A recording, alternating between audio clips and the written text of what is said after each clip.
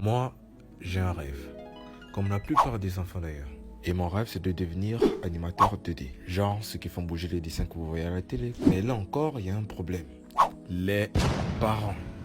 Ici en Afrique, la majorité des parents ont une idéologie assez bizarre. Pour eux, le seul moyen de réussite, c'est l'école. C'est pas mauvais en soi, mais je voudrais qu'on te dise tout cela qui pensent que l'école est le seul moyen de réussite. Je crois que si tout de suite je me levais et je partais dire à mes parents que je veux devenir animateur 2D, ils me recaleront. En d'autres termes, mon père va me dire « Laisse-moi tes machins trucs là et fais l'école ».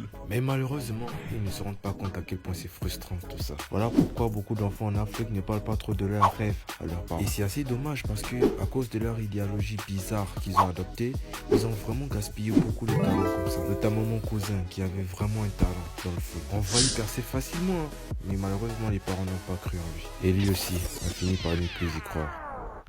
Bah, moi j'ai normalement toutes les raisons du monde d'abandonner mon rêve. En numéro 1, ce métier est vraiment sous-coté dans mon pays, voire inexistant. Il n'existe aucune école d'animation ici. Donc, vous vous imaginez bien que toutes mes connaissances à ce sujet me viennent de moi-même et aussi de moi-même.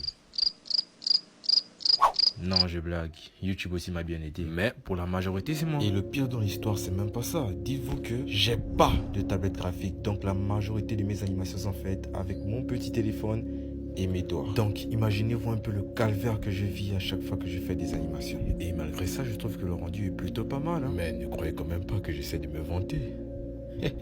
Non, loin de moi, c'est manip. En numéro 2, le soutien financier. Comme je l'ai dit précédemment, ici nous n'avons pas d'école d'animation. Donc si je veux vraiment étudier l'animation, il va falloir que je sorte du pays. Mais là est le problème. Je ne suis qu'un adolescent, malheureusement. Et les moyens me manquent, sinon je serais parti depuis. En vrai, je vois mal mes parents financer ma formation en tant qu'animateur. Ça sert à rien de demander, je connais déjà la réponse. Laisse-moi ces bêtises et fais l'école, pensons. Sans soutien financier, je ne pourrais pas aller bien loin, vous savez. Et même si j'essaie de débrouiller par moi-même, je serais rapidement très limité. Jusqu'à là, je me suis plutôt bien en sorti sans tablette graphique, mais ça devient déjà compliqué, vous savez. Je commence à atteindre mes limites et ça me désole de le savoir. Et cette désolation va créer le numéro 3, la volonté.